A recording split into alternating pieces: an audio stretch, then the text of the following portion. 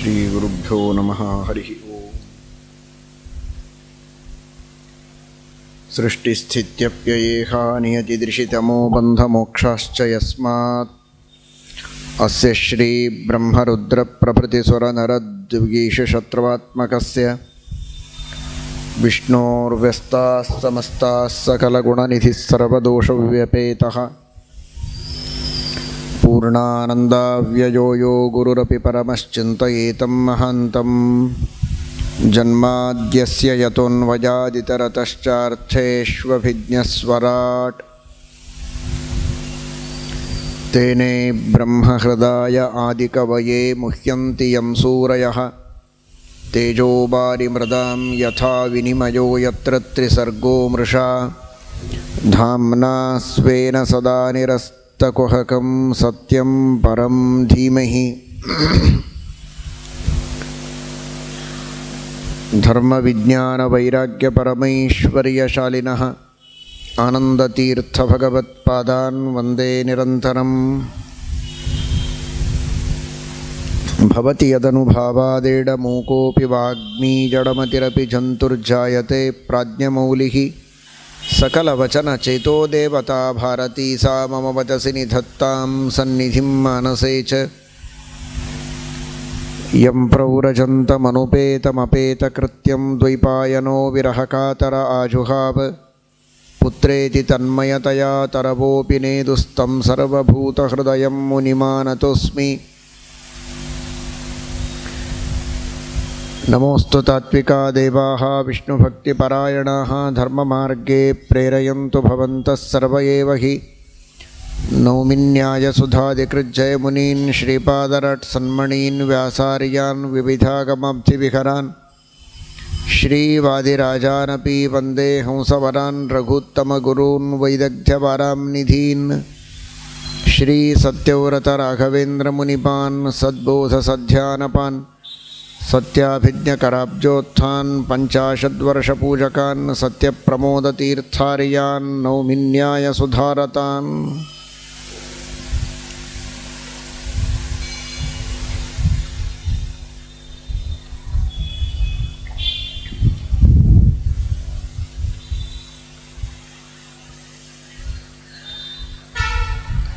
ನಿಮಿರಾಜನ ಸಭೆಗೆ, ಯಜ್ಞ ಮಂಟಪಕ್ಕೆ ಜಾಯಂತೆಯರು, ಕವಿ, ಹರಿ, ಅಂತರಿಕ್ಷ ಮೊದಲಾದ ಮಹಾಜ್ಞಾನಿಗಳು, ಸನ್ಯಾಸಿಗಳು ದಯಮಾಡಿಸಿದ್ದಾರೆ. ಆತಿಥ್ಯವನ್ನು ಮಾಡಿದ್ದಾನೆ. ಆದರ ಉಪಚಾರಗಳ ನಂತರ ತತ್ವೋಪದೇಶವನ್ನು ಮಾಡುವುದಕ್ಕೆ ಪ್ರಾರ್ಥನೆ ಮಾಡ್ತಾನೆ. ನಿಮಿರಾಜ, ಭಾಗವತ ಧರ್ಮಗಳ ಉಪದೇಶ ಮಾಡಿ. ಜನ್ಮ ಸಾರ್ಥಕವಾಗಬೇಕು. ದುರ್ಲಭೋ ಮಾನುಷೋ ದೇಹಃ ದೇಹಿನಾಂ ಕ್ಷಣಭಂಗುರಃ ತತ್ರಾಪಿ ದುರ್ಲಭಂ ಮನ್ಯೇ ವೈಕುಂಠ ಪ್ರಿಯದರ್ಶನಂ. ಮಾನವ ಜನ್ಮವೇ ದುರ್ಲಭ. ಅನಂತ ಕೋಟಿ ಜನ್ಮಗಳ ನಂತರ ಮಾನವ ಜನ್ಮ ಬರುತ್ತೆ. 84 ಲಕ್ಷ ಯೋನಿಗಳನ್ನು ಕೇಳಿದಿರಿ. ಒಂದೊಂದು ಯೋನಿಗಳಲ್ಲಿ ಒಂದೊಂದು ಬಾರಿ ಮಾತ್ರ ಇವನು ಹುಟ್ಟೋದಿಲ್ಲ. ಆಕಳಾಗಿ, ಎಮ್ಮೆಯಾಗಿ, ಕೋಣ ಆಗಿ, ಸ್ತ್ರೀಯಾದರೆ ಎಮ್ಮೆಯಾಗಿ, ಪುರುಷನಾದರೆ ಕೋಣನಾಗಿ, ಒಂದೊಂದು ಜನ್ಮದಲ್ಲಿ ಎಷ್ಟೆಷ್ಟು, ಒಂದೊಂದು ಯೋನಿಯಲ್ಲಿ ಎಷ್ಟು ಬಾರಿ ಹುಟ್ಟಿದ್ದಾನೆ ಅಂತ ಲೆಕ್ಕ ಇಲ್ಲ. ನಾಯಿಯಾಗಿ ಎಷ್ಟು ಜನ್ಮ ಪಡೆದಿದ್ದಾನೆ ಲೆಕ್ಕ ಇಲ್ಲ. ಹದ್ದಾಗಿ, ಕಾಗೆಯಾಗಿ, ಗುಬ್ಬಿಯಾಗಿ, ಹೀಗೆ ಒಂದೊಂದು ಯೋನಿಗಳಲ್ಲಿ ಲೆಕ್ಕ ಇಲ್ಲದಷ್ಟು ಜನ್ಮ ಇದೆ. ಅಂತಹ ಎಷ್ಟೋ ಜನ್ಮಗಳ ನಂತರ ಸಾಧನ ಶರೀರ ಅಪರೂಪಕ್ಕೆ ಸಿಕ್ಕಿದೆ. ಸಾಧನ ಶರೀರವಿದು ನೀ ದಯದಿ ಕೊಟ್ಟದ್ದು ಸಾಧಾರಣವಲ್ಲ ಸಾಧುಪ್ರಿಯನೇ ಅಂತಾರೆ ಜಗನ್ನಾಥದಾಸರು. ಬಹಳ ಅಪರೂಪದ ಶರೀರ, ಸಮಯ ಬಹಳ ಅಮೂಲ್ಯವಾದದ್ದು. ಅದರಲ್ಲಿಯೂ ತಮ್ಮಂತಹ ಭಗವದ್ಭಕ್ತರ ದರ್ಶನ ಬಹಳ ಪುಣ್ಯದಿಂದ ನಮಗೆ ಸಿಗುವುದಕ್ಕೆ ಸಾಧ್ಯ ಇದೆ. ವೈಕುಂಠ ಪ್ರಿಯ ದರ್ಶನಂ. ನಮ್ಮ ಸಮಸ್ಯೆಗಳನ್ನು ಚೆನ್ನಾಗಿ ಅರ್ಥ ಮಾಡಿಕೊಂಡು ಶಾಸ್ತ್ರದ ಮರ್ಮವನ್ನು ಚೆನ್ನಾಗಿ ತಿಳಿದು ನಮಗಿರುವ ಸಮಸ್ಯೆಗೆ ತಕ್ಕ ಪರಿಹಾರವನ್ನು ಶಾಸ್ತ್ರದ ಮೂಲಕ ತಿಳಿಸಿ ಹೇಳುವಂತಹ ಜ್ಞಾನಿಗಳು, ಕಾರುಣ್ಯಪೂರ್ಣರು ನಮಗೆ ಸಿಗೋದು ಬಹಳ ದುರ್ಲಭ. ಶಾಸ್ತ್ರೀಯವಾದ ಮಾರ್ಗದಲ್ಲಿ ನಮಗೆ ಪರಿಹಾರ ಹೇಳಬೇಕು. ಯಾವ ಪರಿಹಾರ ದೇವರಿಗೆ ಸಮ್ಮತವಾಗಿದೆ, ಯಾವ ರೀತಿಯ ಪರಿಹಾರದ ಮಾರ್ಗವನ್ನು ನಾವು ಹುಡುಕೋದರಿಂದ ದೇವರ ಸಾಮೀಪ್ಯವನ್ನು ನಾವು ಪಡೆಯೋದಕ್ಕೆ ಸಾಧ್ಯ ಇದೆ, ಮತ್ತೆ ಇಂತಹ ಕಷ್ಟಗಳು ಬರದೇ ಇರೋ ಹಾಗೆ ಉಪಾಯ ನಮ್ಮಿಂದ ಮಾಡುವುದಕ್ಕೆ ಸಾಧ್ಯವಾಗುತ್ತೋ ಅಂತಹ ಮಾರ್ಗವನ್ನು ತೋರಿಸುವವರು ಬೇಕು. ಕೆಲವರಿರ್ತಾರೆ, ಎಂತಹ ಮಾರ್ಗ ತೋರಿಸ್ತಾರೆ, ಏನೋ ಅನಾರೋಗ್ಯವಾಗಿದೆ ಅಂದರೆ ಔಷಧಿ ಕೊಡ್ತಾರೆ. ಹೇಗೆ ಕೊಡ್ತಾರೆ ಅಂದರೆ ಇನ್ನು 10 ಸಲ ಅವನ ಹತ್ರ ಹೋಗಿರಬೇಕು. ಇನ್ನೊಮ್ಮೆ ತನ್ನ ಮುಖಾನೇ ನೋಡೋ ಪ್ರಸಂಗ ಬಂದಿರಬಾರ್ದು, ಅಂಥ ಔಷಧಿ ಕೊಡೋದಿಲ್ಲ. ಈಗ ವಾಸಿಯಾಗಿ ಭಾರಿ ಔಷಧ ಕೊಟ್ರಪ್ಪ ಅಂತ ಸಂತೋಷ ಆಗಿರಬೇಕು, ಇಮಿಡಿಯೇಟ್ ಅದಕ್ಕೆ ಪರಿಹಾರ ಸಿಕ್ಕಿರಬೇಕು. ಆದರೆ ಮತ್ತೆ ಅದು ರಿಕವರ್ ಆಗಬೇಕು, ಇವನ ಹತ್ರನೇ ಓಡಿ ಬರಬೇಕು. ಆ ತರಹ ಉಪಾಯ ಹೇಳುವವ ಅವನು ನಿಜವಾದ ವೈದ್ಯನಲ್ಲ, ಸ್ವಾರ್ಥಿಯಾದ ವೈದ್ಯ. ಪ್ರಾಮಾಣಿಕ ವೈದ್ಯ ಏನು ಮಾಡ್ತಾನೆ, ಇನ್ನೊಮ್ಮೆ ತನ್ನ ಹತ್ತಿರ ಬರೋ ಅವಶ್ಯಕತೆಯೇ ಇರಬಾರದು, ಆ ರೀತಿಯಲ್ಲಿ ಅವನು ಮಾರ್ಗವನ್ನು ಸೂಚನೆ ಮಾಡ್ತಾನೆ. ಹಾಗೆ ನಮಗೆ ಮತ್ತೆ ಸಂಸಾರದ ಈ ದುಃಖ ಬರದೇ ಇರೋ ಹಾಗೆ ನಮ್ಮನ್ನು ಉದ್ಧಾರ ಮಾಡುವಂತಹ ಜ್ಞಾನಿಗಳು ತಮ್ಮಂಥವರು ಬಂದಿದ್ದೀರಿ ಅಂದರೆ ಇದಕ್ಕಿಂತ ದೊಡ್ಡ ಭಾಗ್ಯ ಏನೋ. ತಾವು ನಮಗೆ ಉಪದೇಶವನ್ನು ಮಾಡಬೇಕು. ಸಂಸಾರೇಸ್ಮಿನ್ ಕ್ಷಣಾರ್ಧೋಪಿ ಸತ್ಸಂಗಃ ಶೇವಧಿರ್ನೃಣಾಂ. ಒಂದು ಅರ್ಧ ಕ್ಷಣ ಆದರೂ ದೊಡ್ಡ ಜ್ಞಾನಿಗಳ ಸಂಘವಾಗತ್ತೆ, ತಮ್ಮ ಉಪದೇಶ ನಮಗೆ ಕೇಳೋ ಭಾಗ್ಯ ಸಿಗತ್ತೆ ಅಂದರೆ ಇದಕ್ಕಿಂತ ದೊಡ್ಡದಾದ ಭಾಗ್ಯ ಏನು? ಉತ್ತಮವಾದ ಸುಖವನ್ನು ಪಡೆಯುವುದಕ್ಕೆ ದೊಡ್ಡ ಸಾಧನ ಇದು, ಬಹಳ ದೊಡ್ಡ ನಿಧಿ. ಅಂತಹ ದೊಡ್ಡ ಭಾಗ್ಯ ನಮಗೆ ಸಿಕ್ಕಿದೆ. ಭಾಗವತ ಧರ್ಮಗಳ ಬಗ್ಗೆ ಉಪದೇಶ ಮಾಡಿ ಅಂತ ಹೇಳಿದಾಗ ಕವಿ ಎನ್ನುವ ಜ್ಞಾನಿಗಳು, ಉತ್ತಮ ಜ್ಞಾನಿಗಳಿಗೆ, ವಿದ್ವಾಂಸರಿಗೆ, ಪಂಡಿತರಿಗೆ ಕವಿ ಅಂತ ಕರೆಯೋದು. ಕೇವಲ ಕವಿತೆಗಳನ್ನು ರಚನೆ ಮಾಡುವವನು ಕವಿ ಅಂತ ತಿಳಿಯಬೇಡಿ. ಕವಿ ಅಂದರೆ ಜ್ಞಾನಿ. ಕವಿತೆಗಳನ್ನು ಮಾಡುವವನೂ ಕವಿ, ಕಾವ್ಯಗಳ ರಚನೆ ಮಾಡುವವನೂ ಕವಿ. ಒಟ್ಟು ತತ್ವಗಳ, ಶಾಸ್ತ್ರಗಳ ಸರಿಯಾದ ತಿಳುವಳಿಕೆ ಇದ್ದಂತಹ ಜ್ಞಾನಿಗಳು ಅವರೂ ಕವಿಗಳೇ. ಜೀವನದಲ್ಲಿ ಸರಿಯಾದ ತಿಳುವಳಿಕೆ ಇಲ್ಲದೇ ಇರೋ ಕಾರಣ ಏನೇನೋ ಆಪತ್ತುಗಳನ್ನು ಎದುರಿಸುವ ಪ್ರಸಂಗ ಬಂದಾಗ ಸರಿಯಾದ ತಿಳುವಳಿಕೆ ಕೊಡೋ ಮೂಲಕ ಆಪತ್ತುಗಳನ್ನು ಪರಿಹಾರ ಮಾಡಿ ಮತ್ತೆ ಆಪತ್ತುಗಳು ಬರದೇ ಇರೋ ಹಾಗೆ ಭದ್ರವಾದ ರಕ್ಷಣೆಯನ್ನು ನೀಡುವವರು ಯಾರೋ ಅವರು ಕವಿಗಳು. ಕವರಕ್ಷಣೆ ಅಂತ ಕವಚ ಅನ್ನುವ ಶಬ್ದ ಇದೆ, ನೀವೆಲ್ಲ ಕೇಳಿದ್ದೀರಿ. ಕವಚ, ಕವಚ, ಭದ್ರ ಕವಚ ಅಂತಾರೆ. ಏನದ ಕವಚ? ನಮ್ಮ ಶರೀರಕ್ಕೆ ರಕ್ಷಣೆಯನ್ನು ಕೊಡುವಂಥದ್ದು.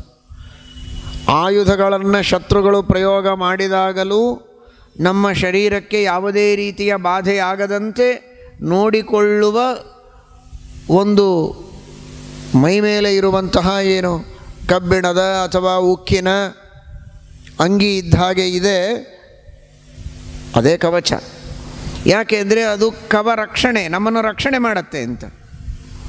ಹಾಗೆ ಆಯುಧಗಳಿಂದ ನಮ್ಮ ಶರೀರವನ್ನು ರಕ್ಷಣೆ ಮಾಡುವುದಕ್ಕೆ ಕವಚ. ಆದರೆ ಬೌದ್ಧಿಕವಾಗಿರುವ ನಮ್ಮ ಆರೋಗ್ಯವನ್ನು ಚೆನ್ನಾಗಿಟ್ಟು ನಮ್ಮ ಬುದ್ಧಿಯಲ್ಲಿ ನಾನಾ ರೀತಿಯ ತಪ್ಪು ತಿಳುವಳಿಕೆ, ಸಂಶಯಗಳು, ಇವುಗಳಿಂದ ನಮ್ಮ ಬುದ್ಧಿ ಹಾಳಾಗದಂತೆ ನಮ್ಮ ಬುದ್ಧಿಗೆ ರಕ್ಷಣೆಯನ್ನು ನೀಡುವ ಕವಚದಂತೆ ಇದ್ದವರೇ ಕವಿಗಳು, ಜ್ಞಾನಿಗಳು.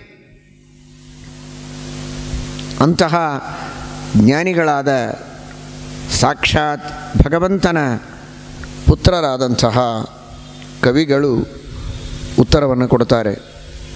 ಭಾಗವತ ಧರ್ಮಗಳು ಅಂದರೆ ಯಾವುದು ಅಂತ ಹೇಳ್ತಾ, ಮನ್ಯೇ ಕುತಶ್ಚಿದ್ ಭಯಮತ್ರ ನಿತ್ಯಂ ಪದಾಂಬುಜೋಪಾಸನಮತ್ರ ನಿತ್ಯಂ ಉದ್ವಿಗ್ನ ಬುದ್ಧೇಃ ಅಸದಾತ್ಮಭಾವಾತ್ ವಿಶ್ವಾತ್ಮನಾ ಯತ್ರ ನಿವರ್ತತೆ ಭೀಃ. ಮನ್ಯೇ ಕುತಶ್ಚಿದ್ ಭಯಮಚ್ಯುತಸ್ಯ ಪಾದಾಂಬುಜೋಪಾಸನಮತ್ರ ನಿತ್ಯಂ. ನಿಮಿ ಜೀವನದಲ್ಲಿ ನಾನಾ ತರಹದ ಮಾರ್ಗಗಳನ್ನು, ನಾನಾ ರೀತಿಯ ವಿಚಾರವಂತರು ಹೇಳಬಹುದು.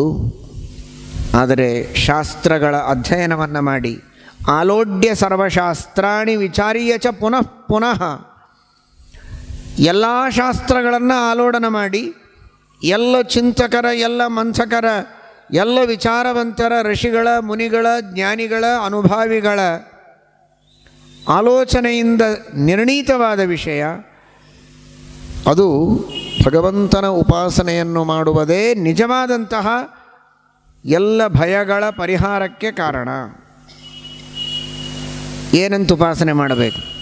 ವಿಶ್ವಾತ್ಮನ. ತಾಮ್ರಪರ್ಣಿ ಆಚಾರ್ಯರು ಶ್ರೀಮದ್ ಭಾಗವತದ ಈ ಏಕಾದಶ ಸ್ಕಂಧದ ಈ ಶಬ್ದಕ್ಕೆ ವ್ಯಾಖ್ಯಾನ ಮಾಡ್ತಾ ಹೇಳ್ತಾರೆ, ಪರಮಾತ್ಮನ ಪಾದಗಳ ಉಪಾಸನೆಯನ್ನು ಹೇಗೆ ಮಾಡಬೇಕು ಅಂದರೆ ವಿಶ್ವ ಆತ್ಮ ಎಂಬುದಾಗಿ ಉಪಾಸನೆ ಮಾಡಬೇಕು. ವಿಶ್ವಂ ಪೂರ್ಣಮಿಹೋಚ್ಯತೆ. ಆತ್ಮ ಅಂದರೆ ಮಮ ಸ್ವಾಮಿ ಹರಿರ್ನಿತ್ಯಂ ಸರ್ವಸ್ಯ ಪತಿರೇವಚ.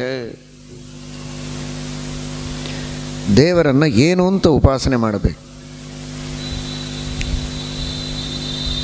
ದೇವರ ಬಗ್ಗೆ ಉಪಾಸನೆ ಅಂದರೆ ನಾವೆಲ್ಲ ಮಾಡೋ ಉಪಾಸನೆ ಹೇಗಿರ್ತದೆ? ದೇವರು ದೊಡ್ಡವ, ನಮಗೇನು ಬೇಕೋ ಅದನ್ನು ಮಾಡಿಕೊಡಲಿ, ಇಷ್ಟಕ್ಕೇ ದೇವರ ಸಂಬಂಧ ಇರುತ್ತೆ. ದೇವರೇನು ಅನ್ನುವ ಚಿಂತನೆ ನಮಗೆ ಬರೋದೇ ಇಲ್ಲ. ದೇವರ ಎದುರಿನಲ್ಲಿ ನಮಸ್ಕಾರ ಮಾಡುವಾಗ, ಕಣ್ಣು ಮುಚ್ಚಿದಾಗ, ತಲೆ ಬಾಗಿದಾಗ ನಮ್ಮ ತಲೆಯಲ್ಲಿ ಓಡ್ತಾ ಇರೋದೇನು, ನಮಗೇನೇನು ಬೇಕೋ ಅದೆಲ್ಲ ಲಿಸ್ಟು ಕಣ್ಣು ಮುಂದೆ ಬರ್ತಾ ಇರ್ತದೆ. ಇಂಥ ಕೆಲಸ ಆಗಬೇಕು, ಅಂಥ ಕೆಲಸ ಆಗಬೇಕು, ಇದು ಬೇಕು, ಅದು ಬೇಕು, ಈ ಲಿಸ್ಟುಗಳೇ ಬರ್ತದೆ. ದೇವರೇನು ಅನ್ನೋದು ಬರೋದೇ ಇಲ್ಲ. ಅವನೇನು ಈಗಾಗಲೇ ನಮಗೆ ಕೊಟ್ಟದ್ದಿದೆ, ಆ ಉಪಕಾರದ ಸ್ಮರಣೆ ಇಲ್ಲ. ದೇವರು ಎಷ್ಟು ದೊಡ್ಡವ, ಏನವನ ಮಹಿಮೆ, ಅದನ್ನು ತಿಳಿದರೆ ದೇವರಿಗೆ ಸಂತೋಷವಾಗತ್ತೆ ಅಂತ ಶಾಸ್ತ್ರ ಹೇಳುತ್ತೆ. ಅದರ ಬಗ್ಗೆ ನಮ್ಮ ಚಿಂತನವೇ ಇರೋದಿಲ್ಲ. ಅಂತಹ ಚಿಂತನ ಇದು ಸರಿಯಾದ ಚಿಂತನ ಅಲ್ಲ, ಅದು ಪರಿಪೂರ್ಣ ಚಿಂತನ ಅಲ್ಲ. ಅದರಿಂದ ನಮಗೆ ಪರಿಪೂರ್ಣ ಲಾಭವೂ ಆಗುವುದಿಲ್ಲ. ನೀವೇ ನೋಡಿ, ವ್ಯವಹಾರದೊಳಗೆ ಒಬ್ಬ ಬದುಕಿದ ಇದರ ಅರ್ಥ ದೇವರು ಯಾವಾಗಲೂ ನಿತ್ಯ.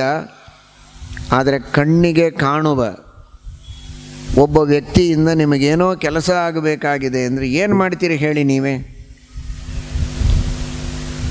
ಅವನ ಮನೆಗೆ ಹೋದ ಎರಡನೆಯ ಕ್ಷಣ ನಿಮಗೇನು ಬೇಕೋ ಅದನ್ನೇ ನೇರವಾಗಿ ಕೇಳೋದಿಲ್ಲ.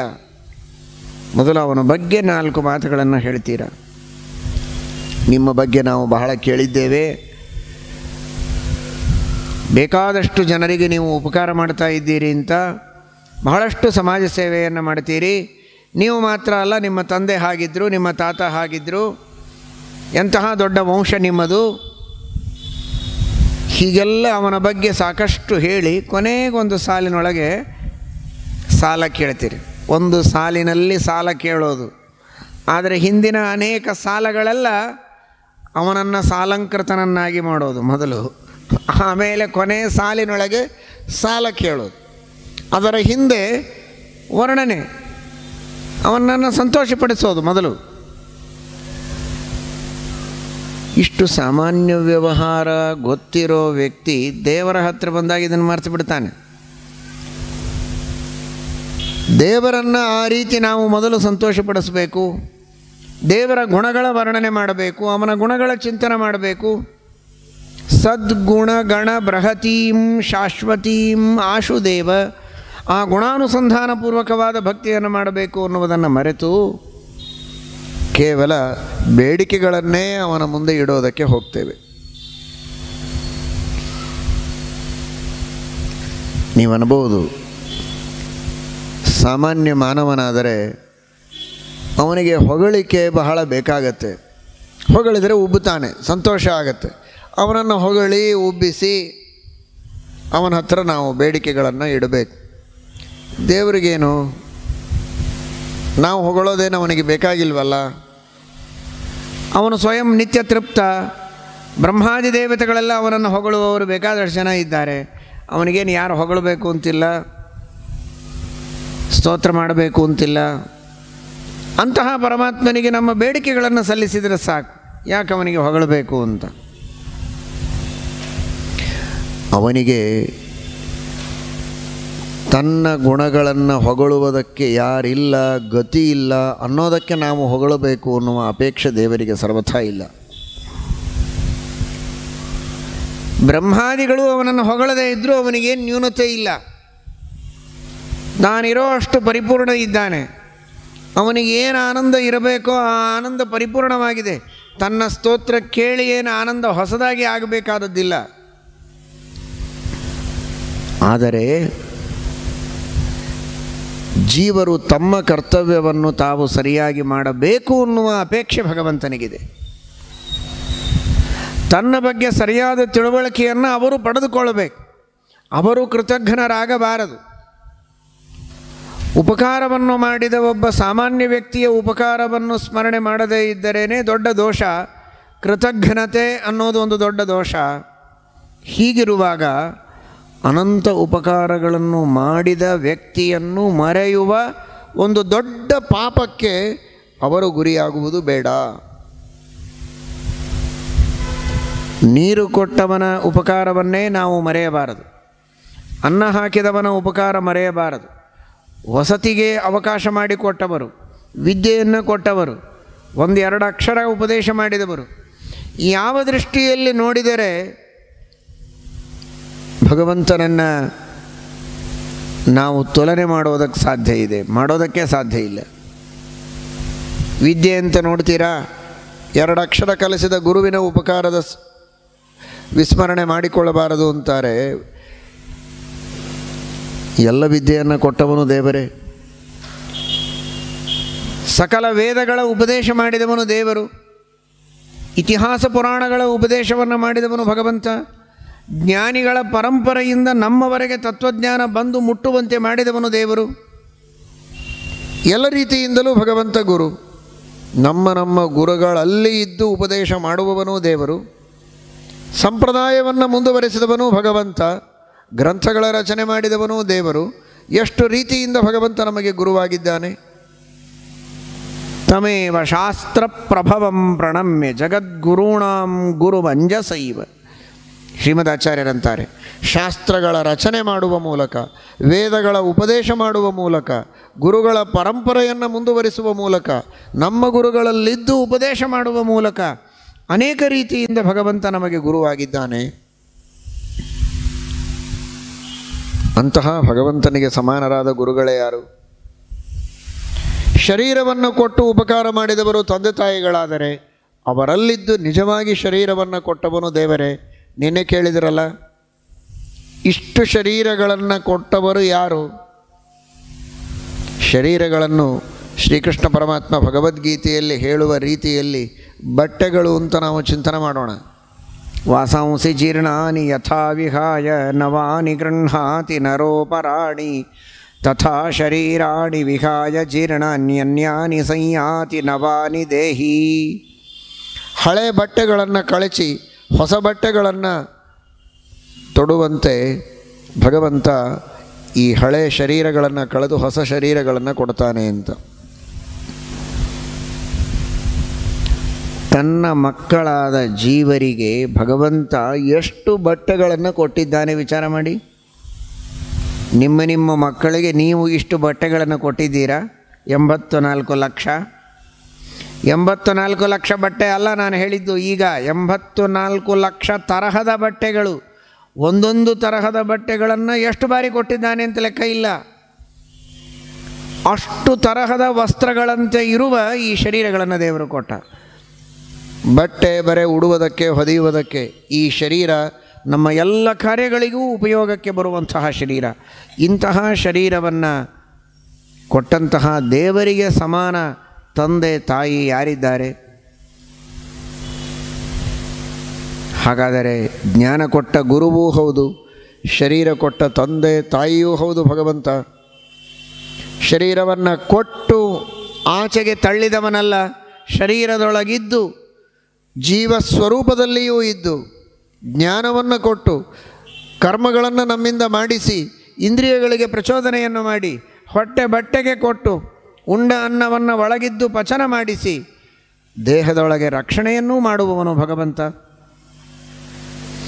ಇದೆಲ್ಲ ಉಪಕಾರವನ್ನು ಮಾಡುವ ದೇವರ ಉಪಕಾರದ ಸ್ಮರಣೆ ಮಾಡದಿದ್ದರೆ ಎಂತಹ ಕೃತಜ್ಞತೆ, ಎಂತಹ ಪಾಪ ನಮ್ಮಿಂದ ಆಗತ್ತೆ. ಆ ಪಾಪಿಗಳು ನಾವು ಆಗುವುದು ಬೇಡ. ಅದಕ್ಕಾಗಿ ಉಪಕಾರದ ಸ್ಮರಣೆಯನ್ನು ಮಾಡುವ ನಿಮ್ಮ ಕರ್ತವ್ಯವನ್ನು ನೀವು ಚೆನ್ನಾಗಿ ನಿಭಾಯಿಸಿ. ಇಷ್ಟನ್ನೇ ದೇವರು ಹೇಳ್ತಾನೆ. ನನಗೇನೋ ಅಪೇಕ್ಷೆ ಇದೆ ಅಂತ ತಿಳಿಯಬೇಡಿ, ನಾನು ನಿರಪೇಕ್ಷ. ನೀವು ಕರ್ತವ್ಯದಿಂದ ಚ್ಯುತರಾಗಬೇಡಿ. ಮನ್ಯೇ ಕುತಶ್ಚಿದ್ ಭಯಮಶ್ಚ್ಯುತಸ್ಯ ಪಾದಾಂಬುಜೋಪಾಸನಮತ್ರ ನಿತ್ಯಂ. ಅದಕ್ಕಾಗಿ ದೇವರ ಅಚ್ಯುತ. ದೇವರ ಅಚ್ಯುತ ಯಾಕೆ ಅಂದರೆ ಆ ಭಗವಂತನ ಗುಣಗಳ ಚ್ಯುತಿ ಎಂದಿಗೂ ಆಗೋದಿಲ್ಲ. ದೇವರು ತನ್ನ ಸ್ಥಾನದಿಂದ ಎಂದಿಗೂ ಚ್ಯುತನಾಗೋದಿಲ್ಲ ಉಳಿದ ರಾಜರಂತೆ. ಆದ್ದರಿಂದ ಅಚ್ಯುತ ಅನ್ನೋದು ಒಂದಾದರೆ, ಇನ್ನೊಂದು ಜೀವರು ತಮ್ಮ ಕರ್ತವ್ಯದಿಂದ ಚ್ಯುತರಾಗದಂತೆ ನೋಡಿಕೊಳ್ತಾನೆ. ಆದ್ದರಿಂದ ದೇವರು ಅಚ್ಯುತ. ಅಂತಹ ಅಚ್ಯುತ ತಾನು ತನ್ನ ಸ್ಥಾನದಿಂದ ಎಂದಿಗೂ ಚ್ಯುತನಲ್ಲ. ಜೀವರು ತಮ್ಮ ಕರ್ತವ್ಯದಿಂದ ಚ್ಯುತರಾಗೋದಕ್ಕೆ ಬಿಡೋದಿಲ್ಲ. ಅವರವರ ಕರ್ತವ್ಯಗಳನ್ನು ಅವರು ಪರಿಪಾಲನೆ ಮಾಡಲೇಬೇಕು ಅಂತ ಶಾಸ್ತ್ರದಿಂದ ಕಡ್ಡಾಯ ಮಾಡ್ತಾನೆ. ಒಳಗಿದ್ದು ತಾನೇ ಮಾಡಿಸ್ತಾನೆ ಅವರಿಂದ. ಅಂತಹ ಅಚ್ಯುತರಾದ ಪರಮಾತ್ಮ ಆ ಭಗವಂತನ ಉಪಾಸನೆಯನ್ನು ಮಾಡುವಾಗ ವಿಶ್ವಾತ್ಮನ ಗುಣಪರಿಪೂರ್ಣನಾಗಿದ್ದಾನೆ. ಸಕಲ ಜಗತ್ತಿಗೆ ಸ್ವಾಮಿ ನಿಯಾಮಕನಾಗಿದ್ದಾನೆ. ನನಗೂ ಸ್ವಾಮಿಯಾಗಿದ್ದಾನೆ. ಸಕಲ ಜಗತ್ತಿಗೆ ಸ್ವಾಮಿಯಿಂದಾಗ ದೇವರ ಹಿರಿತನ ಗೊತ್ತಾಗತ್ತೆ. ನನಗೆ ಸ್ವಾಮಿಯಿಂದಾಗ ನನಗೂ ಅವನಿಗೂ ಮಧ್ಯದಲ್ಲಿರುವ ನಂಟಸ್ತಿಕೆ ಏನು ಅನ್ನುವುದು ಗೊತ್ತಾಗತ್ತೆ. ಆ ತರಹದ ಒಂದು ಆತ್ಮೀಯತೆ ಭಗವಂತನಲ್ಲಿ ನಮಗೆ ಅಭಿವ್ಯಕ್ತವಾಗತ್ತೆ. ಏನಪ್ಪ ದೇವರು ನನಗೆ ಉಪಕಾರ ಮಾಡಿದ್ದಾನೆ ಅಂತ ಆ ಭಗವಂತನಲ್ಲಿ ಒಂದು ಸ್ನೇಹ, ಪ್ರೀತಿ ಅದು ಉಕ್ಕೇರಿ ಬರುತ್ತೆ. ಆ ರೀತಿ ಪರಮಾತ್ಮನಲ್ಲಿ ಭಕ್ತ್ಯುದ್ರೇಕವಾಗುವ ರೀತಿಯಲ್ಲಿ ನಾವು ಉಪಾಸನೆಯನ್ನು ಮಾಡಬೇಕು. ನಮ್ಮ ತಲೆಯಲ್ಲಿ ಏನೇನು ಭಯ ಇದೆ, ದುಃಖ ಇದೆ, ದುಮ್ಮಾನ ಇದೆ, ಅವುಗಳೆಲ್ಲ ದೂರ ಆಗುತ್ತೆ. ಉದ್ವಿಗ್ನ ಬುದ್ಧೇ ಅಸದಾತ್ಮಭಾವಾತ್. ಯಾಕೆ ನಮ್ಮ ಬುದ್ಧಿ ಉದ್ವಿಗ್ನವಾಗಿದೆ, ಯಾಕೆ ನಮಗೆ ಭಯ ಇದೆ ಅಂದರೆ ಅಸದಾತ್ಮಭಾವಾತ್. ಯಾವುದು ಅಮಂಗಲ, ಯಾವುದು ಅಭದ್ರ, ಯಾವುದು ಅಶಾಶ್ವತ ಅದನ್ನು ಶಾಶ್ವತ ಅಂತ ತಿಳಿದಿದ್ದೇವೆ, ಅದನ್ನು ಮಂಗಲ ಅಂತ ತಿಳಿದಿದ್ದೇವೆ.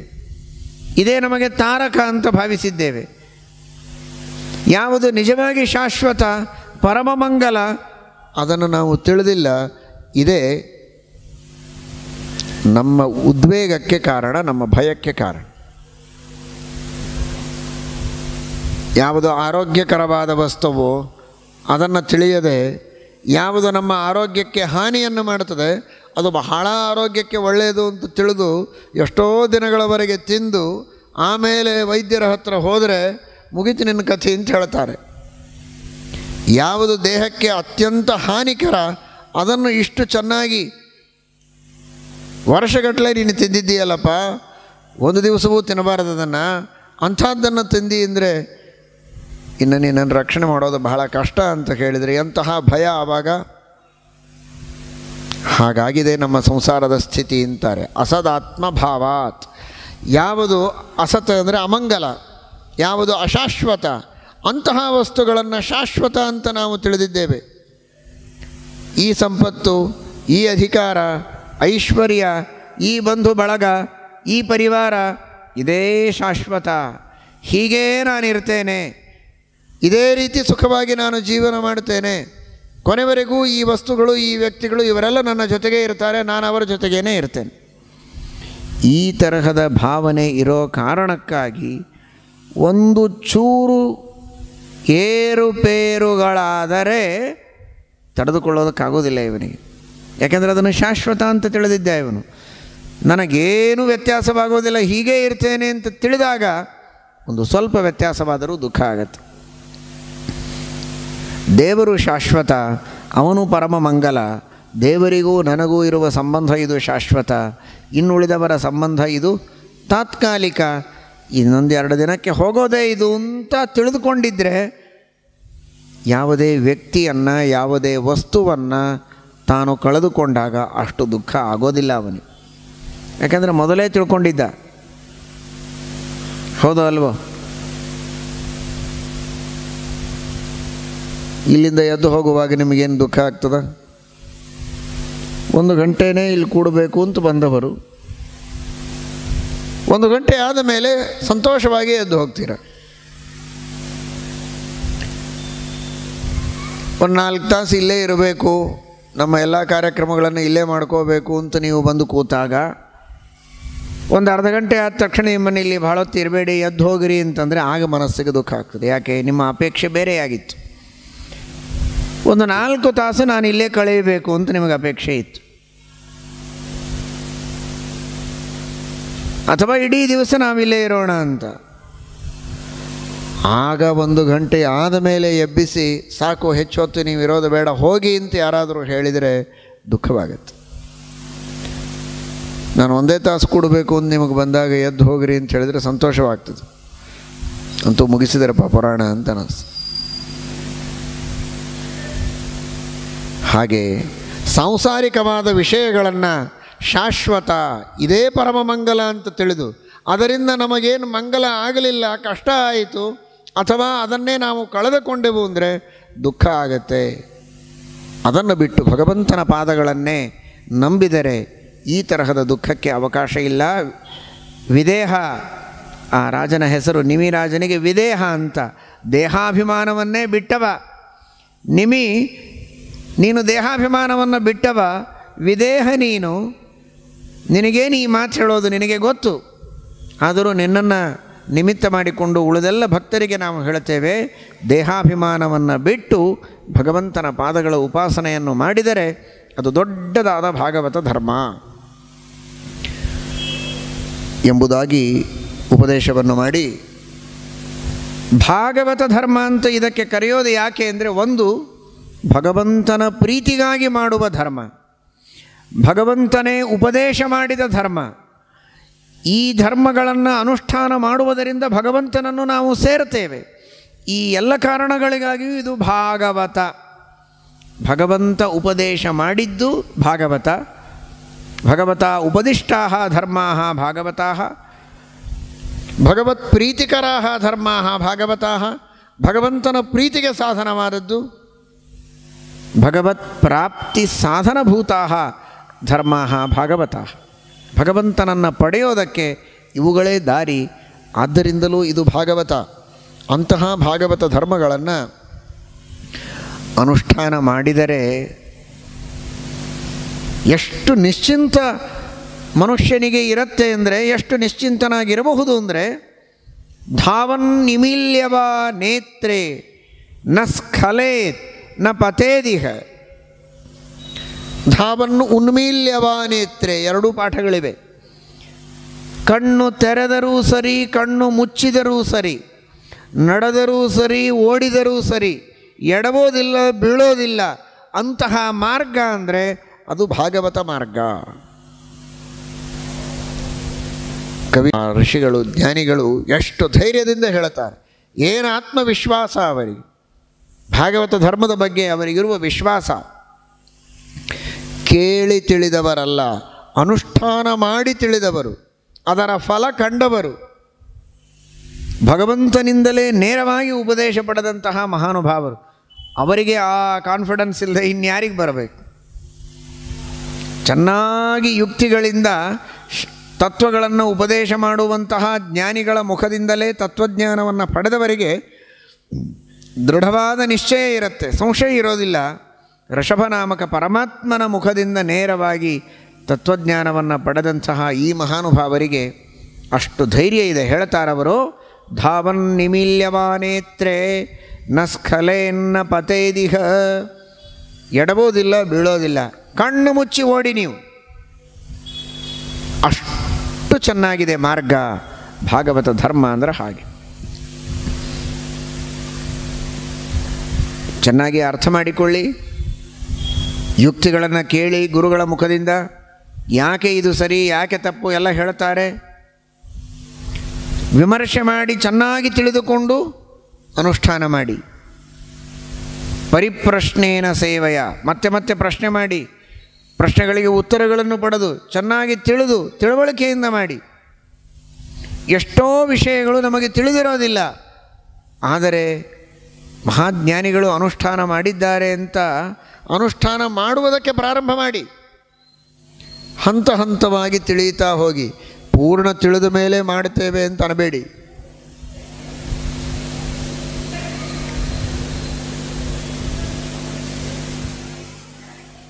ಮಗುವಿಗೆ ಎಷ್ಟೋ ಲಸಿಕೆಗಳನ್ನು ಚಿಕ್ಕ ವಯಸ್ಸಿನಲ್ಲಿಯೇ ಹಾಕ್ತಾರೆ. ಮುಂದೆ ಪೋಲಿಯೋ ಬರಬಾರ್ದು, ಬೇರೆ ಬೇರೆ ರೋಗಗಳು ಬರೋದು ಬೇಡ ಅಂತ. ಏನು ಗೊತ್ತು ಮಗುವಿಗೆ ಯಾಕೆ ಈ ಲಸಿಕೆಗಳನ್ನು ಹಾಕ್ತಾರೆ ಅಂತ? ನೋಡಿ, ಈ ಥರ ಎಲ್ಲ ಫೋರ್ಸಬಲಿ ಯಾವುದೂ ಮಾಡಬಾರ್ದು. ಅರ್ಥ ಆಯ್ತಾ? ನಾವೆಲ್ಲ ಬಹಳ ಬ್ರಾಡ್ ಮೈಂಡೆಡ್, ಅವರವರಿಗೆ ವಿಚಾರಕ್ಕೆ ಅವಕಾಶ ಕೊಡೋರು. ಆ ಮಗು ದೊಡ್ಡದಾಗಲಿ, ಅದಕ್ಕೆ ತಿಳುವಳಿಕೆ ಬರಲಿ, ಯಾಕೆ ಈ ಔಷಧಿಗಳನ್ನು ತೆಗೆದುಕೊಳ್ಬೇಕು ಅಂತ ಲೆಟ್ ಅಸ್ ಕನ್ವಿನ್ಸ್ ಹಿಮ್. ಆ ಮಗುವಿಗೆ ಕನ್ವಿನ್ಸ್ ಮಾಡೋಣ ದೊಡ್ಡದಾದ ಮೇಲೆ. ಆಮೇಲೆ ಮಗು ಆಗಿರೋದಿಲ್ಲ ಅವನಿಗೆ ತಿಳುವಳಿಕೆ ಬಂದ ಮೇಲೆ, ನೋಡಪ್ಪ ಇದರದ್ದು ಔಷಧಿ ಹೀಗಿದೆ, ಇದರ ಗುಣಧರ್ಮಗಳು ಹೀಗೆ, ಇದನ್ನು ತೆಗೆದುಕೊಂಡ್ರೆ ಈ ತರಹದ ಪೋಲಿಯೋ ಅಟ್ಯಾಕ್ ಆಗೋದಿಲ್ಲ, ಅದಕ್ಕೋಸ್ಕರ ನಾವು ಇದನ್ನು ಕೊಡ್ತೇವೆ. Do you agree? ಅವನು ಒಪ್ಪಿದರೆ ಹಾಕೋಣ, ಫೋರ್ಸಬಲಿ ಹಾಕೋದಿಲ್ಲ, ಇದು ಸರಿಯಾದ ಕ್ರಮ ಅಲ್ಲ ಅಂದರೆ ಅಷ್ಟೊತ್ತಿಗೆ ಅವನಿಗೆ ಪೋಲಿಯೋ ಆಗಿಬಿಟ್ಟಿರ್ತದೆ. ಕೆಲವುದನ್ನು ಹಿರಿಯರು ತಾವೇ ತಿಳಿದು ಮಕ್ಕಳ ಹಿತಕ್ಕಾಗಿ ಮಾಡಬೇಕಾಗತ್ತೆ. ಏನು ಹಿರಿಯರು ಚಿಕ್ಕ ಮಗುವಿಗಂತೂ ತಿಳುವಳಿಕೆಯೇ ಇರೋದಿಲ್ಲ. ಸ್ವಲ್ಪ ತಿಳಿಯೋ ವಯಸ್ಸು ಬಂದ ಮೇಲೂ ಏನು ಏಕೆ ಹೆಚ್ಚೆಲ್ಲ ಗೊತ್ತಾಗೋದಿಲ್ಲ. ತಂದೆ ತಾಯಿ ಏನು ಹೇಳ್ತಾರೋ ಅದನ್ನು ಮಾಡೋಣ, ದೊಡ್ಡವರು ಏನು ಹೇಳ್ತಾರೋ ಅಷ್ಟನ್ನು ಮಾಡೋಣ ಅನ್ನೋ ಒಂದೇ ಒಂದು ತಿಳುವಳಿಕೆ ಇರೋದಕ್ಕೆ ಜೀವನ ಸುಗಮವಾಗಿ ಸಾಗತ್ತೆ. ಎಲ್ಲವನ್ನೂ ಆ ವಯಸ್ಸಿನಲ್ಲಿ ತಿಳಿಸಲಿಕ್ಕೆ ಆಗೋದಿಲ್ಲ. ಹೀಗಾಗಿ ಕೆಲವೊಮ್ಮೆ ಉನ್ಮೀಲ್ಯವಾನೇತ್ರೆ, ಕೆಲವೊಮ್ಮೆ ನಿಮೀಲ್ಯವಾನೇತ್ರೆ. ಕಣ್ತೆರೆದು ತಿಳುವಳಿಕೆ ಬಂದ ವಯಸ್ಸಿನಲ್ಲಿ ಅರ್ಥ ಮಾಡಿಕೊಳ್ಳಿ, ಕೇಳಿ ತಿಳಿದುಕೊಳ್ಳಿ. ಎಷ್ಟೋ ವಿಷಯಗಳು ಗೊತ್ತಾಗೋದಿಲ್ಲ, ಗೊತ್ತಾಗದೇ ಇದ್ದರೂ ಕೂಡ ತಿಳಿದುಕೊಳ್ಳುವ ಪ್ರಯತ್ನ ನಡೆದಿರಲಿ, ಆದರೆ ಜೊತೆಗೆ ಅನುಷ್ಠಾನ ಇರಲಿ. ಎಷ್ಟೋ ವ್ರತಗಳಿವೆ, ಎಷ್ಟೋ ಉಪವಾಸಗಳಿವೆ, ಎಷ್ಟೋ ನಿಯಮಗಳನ್ನು ಸದಾಚಾರಗಳನ್ನು ಹೇಳಿದ್ದಾರೆ ಶಾಸ್ತ್ರದಲ್ಲಿ. ಅದರಲ್ಲಿ ಕೆಲವು ನಮಗೆ ಅರ್ಥವಾಗಿರಬಹುದು, ಕೆಲವು ಅರ್ಥವಾಗದೇ ಇರಬಹುದು. ಆದರೆ ಅರ್ಥವಾದ ಮೇಲೆ ಪ್ರಾರಂಭ ಮಾಡುತ್ತೇನೆ ಅನ್ನೋದಲ್ಲ, ಅಷ್ಟೊತ್ತಿಗೆ ಅದನ್ನು ಮಾಡದೇ ಇರೋದರಿಂದ ಏನೆಲ್ಲ ಅನಾಹುತಗಳು, ಅಟ್ಯಾಕ್ಗಳು ನಮಗೆ ಆಗಬೇಕೋ ಆಧ್ಯಾತ್ಮಿಕವಾಗಿ ಆದಿಭೌತಿಕವಾಗಿ ಅವುಗಳೆಲ್ಲ ಆಗಿ ಹೋಗಿರುತ್ತೆ. ಆಮೇಲೆ ಸುಧಾರಣೆ ಮಾಡಿಕೊಳ್ಳೋದಕ್ಕಾಗೋದಿಲ್ಲ. ಹೀಗಾಗಿ ಯಾವುದು ಹಿತ ಅಂತ ಹೇಳಿದ್ದಾರೆ ಹಿರಿಯರು, ಜ್ಞಾನಿಗಳು, ಶಾಸ್ತ್ರಜ್ಞರು, ಶಾಸ್ತ್ರದ ಆಧಾರ ಇರುವಂತಹ ಹಿರಿಯರ ಉಪದೇಶಗಳನ್ನು ಕೇಳಿ ಆ ರೀತಿ ನಾವು ನಡೀತಾ ಹೋದರೆ ನಮಗೆ ಕೆಟ್ಟದಂತೂ ಆಗುವುದಿಲ್ಲ. ತಿಳುವಳಿಕೆಯಿಂದ ಮಾಡಿದರೆ ಇನ್ನೂ ಉತ್ಸಾಹದಿಂದ ಮಾಡಬಹುದಷ್ಟೇ. ಅವಶ್ಯವಾಗಿ ಉನ್ಮೀಲ್ಯವಾ ನೇತ್ರೆ ನಿಮೀಲ್ಯವಾ ನೇತ್ರೆ, ಕಣ್ಣು ತೆರೆದೋ ಕಣ್ಣು ಮುಚ್ಚಿಯೋ ಅಂತೂ ಈ ಮಾರ್ಗದಲ್ಲಿ ನಡೆದರೆ ನಿಮಗೆ ಕೆಟ್ಟದಂತೂ ಆಗುವುದಿಲ್ಲ. ಇಷ್ಟಂತೂ ತಿಳಿಯಿರಿ, ಎಲ್ಲವನ್ನೂ ತಿಳಿದೇ ಮಾಡುತ್ತೇನೆ ಅಂತನ್ನುವ ಹಠಕ್ಕೆ ಬೀಳೋದು ಬೇಡ. ಅಷ್ಟೊತ್ತಿಗೆ ನಿಮ್ಮ ಆಯುಷ್ಯ ಮುಗಿದೀತು. ಈ ಅರ್ಥದಲ್ಲಿ ಕವಿಗಳು ಎಚ್ಚರವನ್ನು ನೀಡಿದ್ದಾರೆ. ಪ್ರಸಿದ್ಧವಾದ ಶ್ಲೋಕ ಎಲ್ಲರಿಗೂ ಗೊತ್ತಿರೋದು, ಅದು ಏಕಾದಶ ಸ್ಕಂಧ ಭಾಗವತದಲ್ಲಿ ಕವಿಗಳು ನಿಮಿರಾಜನಿಗೆ ಉಪದೇಶ ಮಾಡಿದ ಶ್ಲೋಕ. ಅದನ್ನು ವೇದವ್ಯಾಸದೇವರು ಉಲ್ಲೇಖ ಮಾಡುತ್ತಾರೆ. ಕಾಯೇನ ವಾಚಾ ಮನಸಾ ಇಂದ್ರಿಯೈರ್ವ ಬುದ್ಧ್ಯಾ ಆತ್ಮನಾ ವಾ ಅನುಸೃತ ಸ್ವಭಾವಂ ಕರೋತಿ ಯದ್ಯತ್ ಸಕಲಂ ಪರಸ್ಮೈ ನಾರಾಯಣಾಯೇತಿ ಸಮರ್ಪಯೇತ್ತತ್.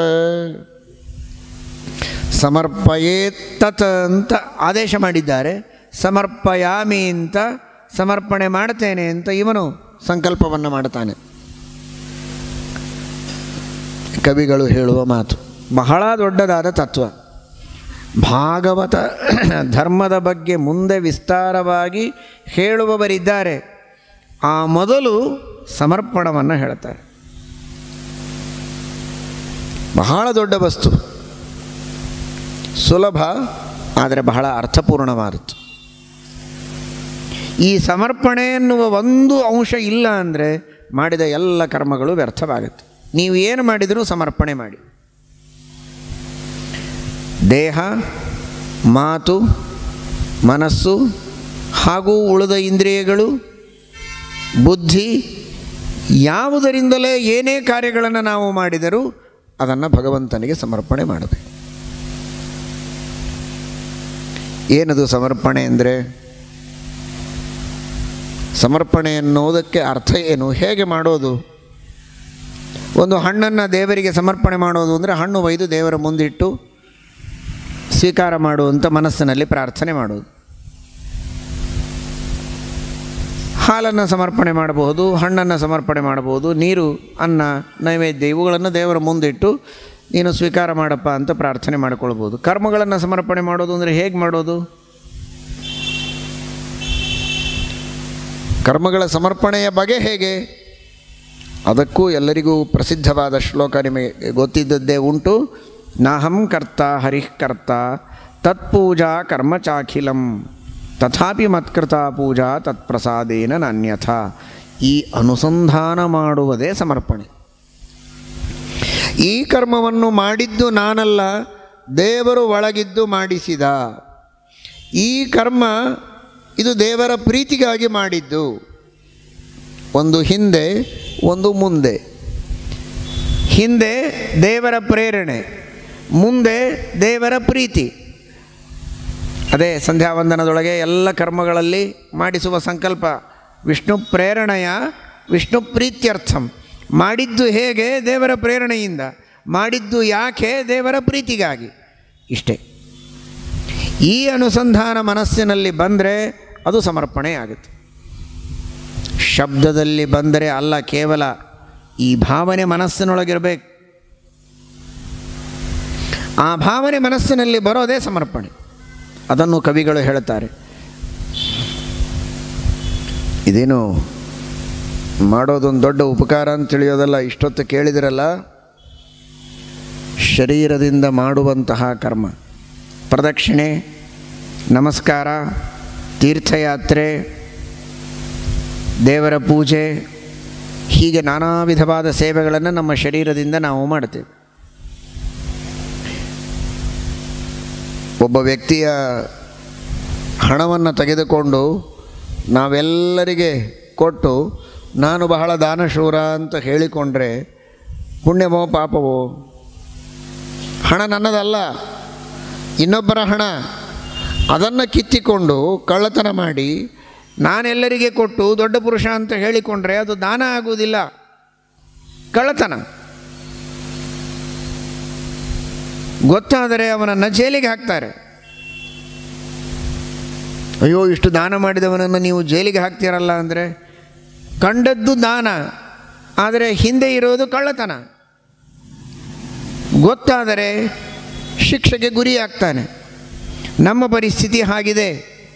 ಶರೀರ ದೇವರು ಕೊಟ್ಟದ್ದು, ಇಂದ್ರಿಯಗಳು ದೇವರು ಕೊಟ್ಟದ್ದು, ಮನಸ್ಸು ಬುದ್ಧಿಗಳು ದೇವರದು, ವಾಕ್ಶಕ್ತಿ ದೇವರು ಕೊಟ್ಟದ್ದು, ಎಲ್ಲವೂ ದೇವರದು. ಅದನ್ನು ಉಪಯೋಗಿಸಿ ನಾವು ಒಳ್ಳೆಯ ಒಳ್ಳೆಯ ಕೆಲಸಗಳನ್ನು ಬೇಕಾದ್ದು ಮಾಡ್ತೇವೆ. ದಾನ ಧರ್ಮ ಯಾತ್ರೆ ಪರೋಪಕಾರ ಬೇಕಾದ್ದು ಕೆಲಸಗಳನ್ನು ಮಾಡ್ತೇವೆ. ಆದರೆ ಎಲ್ಲ ಮಾಡಿದ್ದು ಯಾರಿಂದ? ದೇವರು ಕೊಟ್ಟ ವಸ್ತುಗಳಿಂದ, ದೇವರ ಪ್ರೇರಣೆಯಿಂದ. ಹೇಳಿಕೊಂಡದ್ದೇನು ಅಂತ? ನನ್ನದೇ ಶಕ್ತಿಯಿಂದ ನನ್ನ ಕಾಲ ಮೇಲೆ ನಾನು ನಿಂತು ಎಲ್ಲನೂ ನಾನು ಮಾಡಿದ್ದೇನೆ ಅಂತ ಹೇಳಿಕೊಂಡ್ರೆ, ಇನ್ನೊಬ್ಬರ ಹಣವನ್ನು ತೆಗೆದುಕೊಂಡು ನನ್ನದು ಅಂತ ಹೇಳಿ ದಾನ ಮಾಡಿದರೆ ಹೇಗೆ ಕಳ್ಳತನವೋ, ಹಾಗೆ ಭಗವಂತನ ಸಂಪತ್ತನ್ನೇ ಎಲ್ಲವನ್ನೂ ಉಪಯೋಗಿಸಿ, ಇದೆಲ್ಲವೂ ದೇವರು ಕೊಟ್ಟ ಸಂಪತ್ತು, ದುಡ್ಡೊಂದೇ ಅಲ್ಲ, ಈ ಎಲ್ಲ ಸಂಪತ್ತನ್ನು ದೇವರದನ್ನು ಉಪಯೋಗಿಸಿ ನನ್ನದು ಅಂತ ಹೇಳಿಕೊಂಡು ನಾನು ಯಾವುದೇ ಸತ್ಕರ್ಮಗಳನ್ನು ಮಾಡಿದರೂ ಅದು ಕಳ್ಳತನವೇ, ಅದು ಚೌರ್ಯವೇ. ಟೀಕಾಕೃತ್ಪಾದರು ಭಗವದ್ಗೀತೆಯ ವ್ಯಾಖ್ಯಾನವನ್ನು ಶ್ರೀಮದ್ ಆಚಾರ್ಯರು ಗೀತಾ ಭಾಷ್ಯ ರೂಪದಲ್ಲಿ ಮಾಡಿದರೆ, ಅದಕ್ಕೆ ಪ್ರಮೇಯ ದೀಪಿಕಾ ಎಂಬ ವ್ಯಾಖ್ಯಾನವನ್ನು ಮಾಡಿ ಆ ಗ್ರಂಥದಲ್ಲಿ ಟೀಕಾಕೃತ್ಪಾದರು ಹೇಳ್ತಾರೆ, ಇವತ್ತು ನಮಗೂ ನಿಮಗೂ ಎಲ್ಲರಿಗೂ ಸಂಸಾರ ಎಂಬ ಬಂಧ ಏನಿದೆ, ಸಂಸಾರ ಅಂದರೆ ಏನು, ಮೋಕ್ಷ ಅಂದರೆ ಏನು? ಸಂಸಾರ ಅಂದರೆ ಬಂಧನ, ಮೋಕ್ಷ ಅಂದರೆ ಬಿಡುಗಡೆ. ಮೋಕ್ಷ ಅಂದರೆ ಬಿಡುಗಡೆ ಅಂದರೆ ಸಂಸಾರ ಇದೊಂದು ಬಂಧನ, ಜೇಲ್, ಕಾರಾಗಾರ. ಯಾಕೆ ಈ ಕಾರಾಗಾರದಲ್ಲಿ ದೇವರು ನಮ್ಮನ್ನು ಇಟ್ಟಿದ್ದಾನೆ? ನಾವೇನು ತಪ್ಪು ಮಾಡಿದ್ದೇವೆ ಅಂತ ಈ ಕಾರಾಗಾರದೊಳಗೆ ಬಂಧನದಲ್ಲಿ ಹಾಕಿ ನಮ್ಮನ್ನು ಇಟ್ಟಿದ್ದಾನೆ ದೇವರು. ಭಗವಂತ ಈ ಕಾರಾಗಾರದಲ್ಲಿ ನಮ್ಮನ್ನು ಯಾಕೆ ಇಟ್ಟಿದ್ದಾನೆ ಅಂದರೆ, ನಾವು ಮಾಡಿದ ಅಪರಾಧಕ್ಕೆ. ಅದೇನು ಅಪರಾಧ? ಇದೇ ಅಪರಾಧ, ಕೃತಿಚೌರ್ಯ. ದೇವರು ಮಾಡಿದ್ದನ್ನು ನಾನು ಮಾಡಿದೆ ಅಂತ ಹೇಳಿಕೊಳ್ತೇವಲ್ಲ, ಈ ತಪ್ಪಿಗಾಗಿ ಸಂಸಾರದೊಳಗೆ ನಮ್ಮನ್ನು ಇಟ್ಟಿದ್ದಾನೆ. ಅಲ್ರಿ, ಸಂಸಾರ ಅನಾದಿ ಕಾಲದಿಂದ ಇದೆಯಲ್ಲ, ಈ ತಪ್ಪನ್ನು ನಾವು ಅನಾದಿ ಕಾಲದಿಂದ ಮಾಡ್ತಾನೇ ಬಂದಿದ್ದೇವೆ. ಮತ್ತು ಯಾವಾಗ ನಮಗೆ ಬಿಡುಗಡೆ? ನಾನು ಸ್ವತಂತ್ರ ಸರ್ವಥ ಅಲ್ಲ, ದೇವರೇ ಸ್ವತಂತ್ರ, ಅವನೇ ಒಳಗಿದ್ದು ಎಲ್ಲವನ್ನು ಮಾಡಿಸ್ತಾನೆ ಎನ್ನುವುದನ್ನು ನಾವು ಬರೀ ಬಾಯಿ ಮಾತಿಗಲ್ಲದೆ ಅದನ್ನು ಸಾಕ್ಷಾತ್ಕಾರ ಮಾಡಿಕೊಂಡ್ರೆ, ಮೊದಲು ಕೇಳೋದು, ಆಮೇಲೆ ಧ್ಯಾನ ಮಾಡೋದು, ಅದನ್ನೇ ದೃಢವಾಗಿ ಚಿಂತನೆ ಮಾಡಿದಾಗ ನಮಗೆ ಅದೇ ಸಾಕ್ಷಾತ್ಕಾರವಾಗತ್ತೆ. ದೇವರೇ ನಮ್ಮಲ್ಲಿದ್ದು ಎಲ್ಲವನ್ನು ಮಾಡಿಸ್ತಾನೆ ಎನ್ನುವ ತತ್ವದ ಸಾಕ್ಷಾತ್ಕಾರವಾದರೆ ಆಗ ಈ ಸಂಸಾರದಿಂದ ನಮ್ಮನ್ನು ಬಿಡುಗಡೆ ಮಾಡ್ತಾನೆ. ವಿಧಿ ಬಂಧ ಲಕ್ಷಣೋ ದಂಡ ಅಂತಾರೆ ಟೀಕಾಕೃತ್ಪಾದರು. ಇದೇನು ಸುಮ್ಮನೆ ಬಂದಿಲ್ಲ, ಸಂಸಾರ ಮಾಡಿದ ತಪ್ಪಿಗೆ ಬಂದಿದೆ.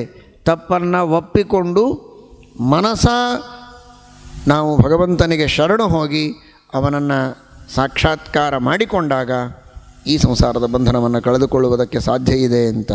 ಹೀಗಾಗಿ ಇದು ಸಮರ್ಪಣೆ.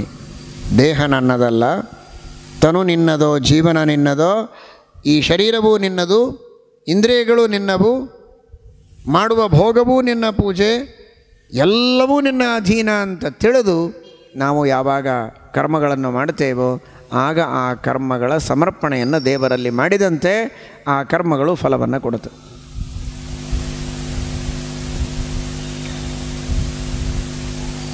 ಪುಣ್ಯ ಗಳಿಸೋದಕ್ಕೆ ಬಹಳ ದಿವಸ ಬೇಕು, ಕಳೆದುಕೊಳ್ಳೋದಕ್ಕೆ ಒಂದು ಕ್ಷಣ ಸಾಕು. ಸಂಪತ್ತನ್ನು ಗಳಿಸೋದಕ್ಕೆ ಬಹಳ ವರ್ಷಗಳು ಬೇಕು. ಎಷ್ಟೋ ವರ್ಷಗಳವರೆಗೆ ದುಡಿದು ಕಷ್ಟಪಟ್ಟು ಹಣ ಗಳಿಸಿ ಒಂದಿಷ್ಟು ಬಂಗಾರ ಮಾಡಿಟ್ಟು ಕೂಡಿಟ್ಟು ಅನೇಕ ಆಭರಣಗಳನ್ನು, ಅನೇಕ ಪಾತ್ರೆಗಳನ್ನು ಎಲ್ಲ ಮಾಡಿಸಿ ಮನೆ ಒಳಗೆ ಇಟ್ಟಿದ್ದಾರೆ.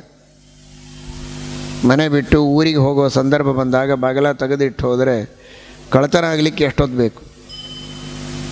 ಗಡಿಬಿಡಿ ಮಾಡಬೇಡಪ್ಪ, ಪಾಪ 60-70 ವರ್ಷದವರೆಗೆ ಕಷ್ಟಪಟ್ಟು ಗಳಿಸಾನೆ, ನಾವು ಹಾಗೆ ಸ್ವಲ್ಪ ಕಳ್ಳತನ ಮಾಡೋಣ ಅಂತ ಅವರು ದಿವಸ ಒಂದಿಷ್ಟು ಒಯ್ತಾರೇನು? ಅವನು 60 ವರ್ಷ ಗಳಿಸಾನೆ ಅಂದರೆ ನಾವು 60 ವರ್ಷ ಕಳ್ಳತನ ಮಾಡಬೇಕು ಅಂತ? ಒಂದು ಕ್ಷಣ ಸಾಕು ಕಳ್ಳತನಕ್ಕೆ. ಗಳಿಸುವುದಕ್ಕೆ ಬೇಕಾದದ್ದು ಎಷ್ಟೋ ವರ್ಷಗಳು, ಬಹಳ ಪರಿಶ್ರಮ, ಸಮಯವೂ ಬೇಕು, ಶ್ರಮವೂ ಬೇಕು. ಆದರೆ ಕಳೆದುಕೊಳ್ಳೋದಕ್ಕೆ ಏನಿಲ್ಲ, ಒಂದು ಕ್ಷಣ ಸಾಕು. ಶ್ರಮ ಇಲ್ಲದೆ ಕಳ್ಳತನ ಮಾಡ್ಕೊಂಡು ಹೋಗ್ತಾರೆ. ಹಾಗಿದೆ, ನಾವು ಪುಣ್ಯವನ್ನು ಗಳಿಸಬೇಕು ಅಂದರೆ ಬಹಳ ಕಷ್ಟ, ಬಹಳ ಹೊತ್ತು ಬೇಕು, ಬಹಳ ಪರಿಶ್ರಮ ಇದೆ, ಬೌದ್ಧಿಕವಾಗಿಯೂ ಶ್ರಮ ಇದೆ, ದೈಹಿಕವಾಗಿಯೂ ಶ್ರಮ ಇದೆ. ಭಕ್ತಿಯಿಂದ ಮಾಡಬೇಕು, ಅನುಸಂಧಾನದಿಂದ ಮಾಡಬೇಕು. ಇಷ್ಟೆಲ್ಲ ಕಷ್ಟಪಟ್ಟು ಪುಣ್ಯವನ್ನು ಗಳಿಸಿರ್ತೇವೆ. ಕೊನೆಗೆ ಮನಸಾರೆ ನಾಹಂಕರ್ತ ಹರಿಃಕರ್ತ ಅಂತ ಹೇಳಿ ದೇವರೇ ನಿಂತು ಮಾಡಿಸಿದ, ನನ್ನದೇನಿಲ್ಲ ಇದರೊಳಗೆ ಅಂತ ಭಕ್ತಿಯಿಂದ ದೇವರಿಗೆ ಸಮರ್ಪಣೆ ಮಾಡೋದೊಂದನ್ನು ಮರೆತರೆ ಪುಣ್ಯ ಗಳಿಸಿ ಬೀಗ ಹಾಕದೆ ಹೋಗಿದ ಹಾಗಾಗುತ್ತೆ. ಅದನ್ನು ಎಲ್ಲ ಅಸುರರು ಕಳ್ಳತನ ಮಾಡಿಕೊಂಡು ಹೋಗ್ತಾರೆ. ಪುಣ್ಯ ಕಳ್ಳತನ ಮಾಡೋ ಅಂತಹ ಕಳ್ಳರು ಇನ್ನೂ ಹುಟ್ಟಿಲ್ಲ, ಮಾನವರು. ಆದರೆ ಪುಣ್ಯವನ್ನು ಕಳ್ಳತನ ಮಾಡುವಂತಹ ರಾಕ್ಷಸರಿದ್ದಾರೆ, ಅಸುರರಿದ್ದಾರೆ. ಕಾಣದ ಪುಣ್ಯಗಳನ್ನು ಕಾಣದ ರಾಕ್ಷಸರು ಅಸುರರು ಅಪಹಾರ ಮಾಡಿಕೊಂಡು ಹೋಗ್ತಾರೆ. ನಾವು ಗಳಿಸಿದ ಪುಣ್ಯ ನಮ್ಮ ಉಪಯೋಗಕ್ಕೆ ಬರುವುದಿಲ್ಲ. ನಾವು ಬೇಕಾಷ್ಟು ಪುಣ್ಯ ಮಾಡಿದ್ದೀವಿ, ಪುಣ್ಯವಂತರಾಗಿವಿ, ಸುಖವಾಗಿರ್ಬೋದು. ಮತ್ತೆ ಹುಟ್ಟಿ ಬಂದರೆ ಪುನರ್ಜನ್ಮದಲ್ಲಿ ಸ್ವರ್ಗದಲ್ಲಿ ಅಥವಾ ಮೋಕ್ಷದಲ್ಲಿ ಅಂತ ಅಂದ್ಕೊಳ್ತೇವೆ. ಆದರೆ ಅದು ನಮ್ಮ ಅಕೌಂಟೊಳಗೆ ಇರೋದಿಲ್ಲ. ನಮ್ಮ ಅಕೌಂಟೊಳಗೆ ಇರುವಂತಹ ಪುಣ್ಯವನ್ನು ಗೊತ್ತಾಗದಂತೆ ಮೋಸ ಮಾಡಿ ತಮ್ಮ ಹೆಸರಿನೊಳಗೆ ಟ್ರಾನ್ಸ್ಫರ್ ಮಾಡಿಕೊಳ್ತಾರೆ ಅಸುರರು. ಆ ಅವಕಾಶ ಇದೆ ಅವರಿಗೆ. ಆದರೆ ಭಗವಂತನಿಗೆ ನಾವು ಸಮರ್ಪಣೆ ಮಾಡಿದರೆ ಮಾತ್ರ, ಗುರುಗಳಲ್ಲಿ ವಾಯುದೇವರಲ್ಲಿ ಅಂತರ್ಯಾಮಿಯಾದ ಪರಮಾತ್ಮನಿಗೆ ಕರ್ಮಗಳ ಸಮರ್ಪಣೆಯನ್ನು ಮಾಡಿದರೆ ಆಗ ಮಾತ್ರ ಆ ಪುಣ್ಯವನ್ನು ಯಾರೂ ಕಳ್ಳತನ ಮಾಡುವುದಕ್ಕಾಗೋದಿಲ್ಲ. ನಮಗೆ ಸಿಗಬೇಕಾದ ಲಾಭ ನಮಗೇ ಸಿಗುವಂತೆ ದೇವರು ವ್ಯವಸ್ಥೆ ಮಾಡ್ತಾನೆ. ಅಷ್ಟು ಸುಭದ್ರವಾಗಿ ಭಗವಂತ ಆ ಪುಣ್ಯಗಳನ್ನು ಕಾಪಾಡಿಕೊಂಡಿಡ್ತಾನೆ. ಇದು ದೇವರಿಗೆ ಸಮರ್ಪಣೆ ಮಾಡುವುದರಿಂದ ಆಗುವ ಲಾಭ. ಬ್ಯಾಂಕಿನೊಳಗೆ ನೀವು ಹಣ ಇಟ್ಟರೆ ಭದ್ರವಾಗಿದೆ ಅಂತ ನೀವು ಅಂದ್ಕೊಂಡಿರ್ತೀರಿ. ನಿಮಗೆ ಯಾವಾಗ ಬೇಕೋ ಆವಾಗ ಹೋಗಿ ತೆಗೆದುಕೊಳ್ಳಬಹುದು. ಆದರೆ ಅದಕ್ಕಿಂತ ಭದ್ರ ಭಗವಂತ. ಯಾಕೆ? ಈ ನಾರಾಯಣ ಬ್ಯಾಂಕಿನೊಳಗೆ ನೀವು ಇಟ್ಟರೆ, ನಿಮ್ಮ ಬ್ಯಾಂಕಿನೊಳಗೆ ನೀವು ಪುಣ್ಯ ಇಡಲಿಕ್ಕೆ ಹೋದರೆ ಕಣ್ಣಿಗೆ ಕಾಣಿಸೋ ದುಡ್ಡು ಕೊಟ್ಟರೆ ಇಟ್ಕೊಳ್ತಾರೆ. ಕಾಣದೇ ಇರೋ ಪುಣ್ಯವನ್ನು ನೀವು ಕೊಡ್ತೀರಿ ಹೇಗೆ? ಅವ್ರು ಇಟ್ಕೊಳ್ತಾರೆ ಹೇಗೆ? ಈ ನಾರಾಯಣನ ಬ್ಯಾಂಕಿನೊಳಗೆ ಎಲ್ಲ ಸುಮ್ಮನೆ ಕೈ ಮುಗಿಯೋದಷ್ಟೇ. ನಾವೇನಿಟ್ವಿ, ಅವ ಏನು ಇಟ್ಕೊಂಡ ನಮಗೇ ಗೊತ್ತು, ಅವನಿಗೆ ಗೊತ್ತು, ಯಾರಿಗೂ ಕಾಣೋದಿಲ್ಲ. ಅಂತಹ ಸೀಕ್ರೆಸಿ ಮೇಂಟೈನ್ ಮಾಡ್ತಾರೆ, ಭಾರಿ ಸೀಕ್ರೆಟ್.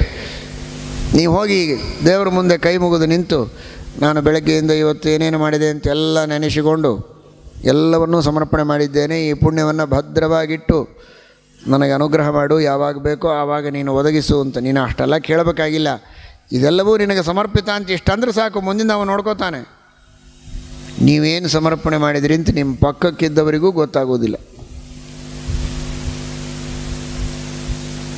ಅಷ್ಟು ಸೀಕ್ರೆಸಿ ಮೇಂಟೈನ್ ಆಗ್ತದೆ ಒಂದು. ಇನ್ನು ಎರಡನೇದಾಗಿ, ಒಂದು ಸಲ ನೀವು ಕೊಟ್ಟ ಮೇಲೆ ಮತ್ತೆ ನನಗೆ ಬೇಕಾಗಿದೆ ಕೊಡು ಅಂತ ಹೋಗಿ ದೇವರ ಮುಂದೆ ಕೇಳೋದು ಬೇಕಾಗಿಲ್ಲ. ನಿಮಗೆ ಯಾವಾಗ ಬೇಕೋ ಆಗ ಅದು ನಿಮಗೆ ಬಂದು ಒದಗಿರುತ್ತದೆ, ಕೆಲಸ ಆಗಿ ಹೋಗ್ತದೆ. ಒಂದು ತುತ್ತು ಊಟ ಮಾಡ್ತೀರಿ ಅಂದರೆ ನೀವು ಜನ್ಮಾಂತರದಲ್ಲಿ ಮಾಡಿದಂತಹ ಅನ್ನದಾನದ ಪುಣ್ಯ ಒದಗಿ ಬಂದಿದೆ, ಅದಕ್ಕಾಗಿ ಒಂದು ತುತ್ತು ನಿಮ್ಮ ಬಾಯಿಯಲ್ಲಿ ಬೀಳ್ತಾ ಇದೆ ಅಂತ ಅರ್ಥ. ಇದು 100% ಶಾಸ್ತ್ರದಲ್ಲಿ ನಿರ್ಣೀತವಾದ ವಿಷಯ. ಆದರೆ ಒಂದು ತುತ್ತು ಊಟ ಮಾಡುವಾಗ ಮತ್ತೆ ದೇವರಿಗೆ ಬ್ಯಾಂಕ್ ನಿಮಗೊಂದು ರೂಪಾಯಿ ಬೇಕು ಅಂದರೆ ಬ್ಯಾಂಕಿಗೆ ಹೋಗಿ ತೊಗೊಳ್ತಿರೋ ಇಲ್ವೋ? ATMಗಾದರೂ ಹೋಗ್ತಿರೋ ಇಲ್ವೋ? ಮೊಬೈಲೊಳಗಾದರೂ ನೀವು ಅದನ್ನು ಆಪರೇಟ್ ಮಾಡಿ ತಕ್ಕೊಳ್ಳೋ ಪ್ರಯತ್ನ ಮಾಡ್ತಿರೋ ಇಲ್ವೋ? ಏನೂ ಮಾಡೋದು ಬೇಕಾಗಿಲ್ಲ. ಇಲ್ಲಿ ಒಂದು ತುತ್ತು ನಾನು ಊಟ ಮಾಡಬೇಕಾಗಿದೆ, ನಾನು ಇಂತಹ ದಿವಸ ಅನ್ನದಾನ ಮಾಡಿದ ಪುಣ್ಯ ಈಗ ಒಂದು ಸ್ವಲ್ಪ ನನಗೆ ಕೊಡು, ನಾವು ಒಂಚೂರು ಊಟ ಮಾಡಬೇಕು ಈಗ ರಾತ್ರಿ, ಇನ್ನೊಂದು ಸ್ವಲ್ಪ ಪುಣ್ಯ ಕೊಡು, ನಿದ್ದೆ ಬರಬೇಕು. ಕೆಲವ್ರಿಗೆ ನಿದ್ದೆನೇ ಬರೋದಿಲ್ಲ, ಒದ್ದಾಡ್ತಿರ್ತಾರೆ. ಸರಿಯಾಗಿ ಜನ್ಮಾಂತರದಲ್ಲಿ ಮನೆಗೆ ಬಂದವರಿಗೆ ಮಲ್ಕೊಳ್ಳೋದಕ್ಕೆ ಅವಕಾಶ ಮಾಡಿಕೊಟ್ಟಿಲ್ಲ ಅಂತ ಅರ್ಥ.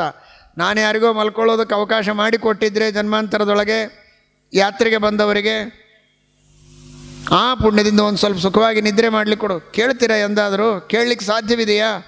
ಒಂದೋ ಎರಡೋ ಕೇಳ್ಬೋದು. ಕುಳಿತರೆ ನಿಂತರೆ ಪುಣ್ಯ ಬೇಕು. ಗಾಳಿ ಇದೆ ಈಗ ನಿಮಗೆ, ಶ್ವಾಸೋಚ್ಛ್ವಾಸ ಮಾಡ್ತಾ ಇದ್ದೀರಿ ಅಂದರೆ ಪುಣ್ಯ ಬೇಕು. ಹೆಜ್ಜೆ ಹೆಜ್ಜೆಗೆ ಕ್ಷಣ ಕ್ಷಣಕ್ಕೆ ಪುಣ್ಯದ ಅವಶ್ಯಕತೆ ಇದೆ. ಆದರೆ ಅಷ್ಟು ಪುಣ್ಯಗಳನ್ನು ಬೇಡಿ ಬೇಡಿ ಕಾಡಿ ಕಾಡಿ ಭಗವಂತನಿಂದ ನಾವು ಪಡೆದು ಉಪಯೋಗಿಸಿಕೊಳ್ಳುವ ಸಾಧ್ಯತೆ ಇಲ್ಲ. ಆ ತಿಳುವಳಿಕೆಯೂ ನಮಗಿಲ್ಲ, ಆ ಶಕ್ತಿಯೂ ಇಲ್ಲ. ಆಗದೇ ಇರೋ ಮಾತು. ಆದರೆ ಕ್ಷಣ ಬಿಡದಂತೆ ನಮ್ಮ ಶ್ವಾಸೋಚ್ಛ್ವಾಸಗಳಿಗೆ ಬೇಕಾದ ಪುಣ್ಯ, ನಮ್ಮ ರಕ್ತ ಚಲನೆಗೆ ಬೇಕಾದ ಪುಣ್ಯ, ನನ್ನ ಬದುಕಿಗೆ ಬೇಕಾದ ಪುಣ್ಯ, ನನ್ನ ತುತ್ತಿಗೆ ಬೇಕಾದ ಪುಣ್ಯ, ನನ್ನ ನಿದ್ರೆಗೆ, ನನ್ನ ವ್ಯವಹಾರಕ್ಕೆ, ನನ್ನ ಮಾನ್ಯತೆಗೆ, ಗೌರವಕ್ಕೆ, 4 ಜನರು ನೀಡುವ ಮನ್ನಣೆಗೆ ಏನೆಲ್ಲ ಪುಣ್ಯಗಳು ಬೇಕೋ ಪ್ರತಿ ಕ್ಷಣಕ್ಕೆ ನನ್ನ ಅಕೌಂಟಿಗೆ ಬರ್ತಾ ಇರುತ್ತೆ.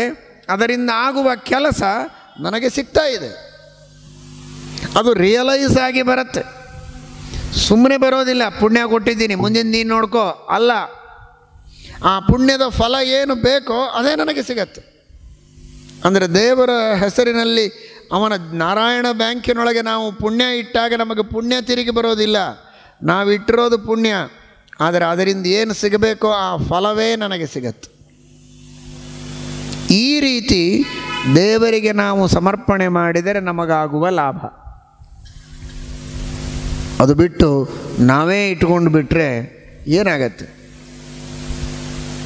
3 ತಾಸು ಪರೀಕ್ಷೆಯೊಳಗೆ ಚೆನ್ನಾಗಿ ಎಲ್ಲ ಪ್ರಶ್ನೆಗಳಿಗೆ ಉತ್ತರ ಬರೆದು ಆಮೇಲೆ ಯಾಕೋ ನನಗೆ ರಿಸಲ್ಟ್ ಬಂದೇ ಇಲ್ಲ ಅಂತ ಕಂಪ್ಲೇಂಟ್ ಕೊಟ್ಟರೆ ಏನು ನಿಂದು ನಂಬರ್ ಏನು, ನಿನ್ನ ಪೇಪರ್ಸ್ ಎಲ್ಲಿದೆ ನೋಡು. ಪೇಪರ್ಸ್ ಇರಲೇ ಇಲ್ಲ ಅಲ್ಲಿ. ಮತ್ತು ನಿನ್ನ ಪೇಪರ್ಸ್ ಎಲ್ಲಿದ್ರೆ ನಾವು ರಿಸಲ್ಟ್ ಹೇಗೆ ಕೊಡಬೇಕಪ್ಪ ಅಂದರು.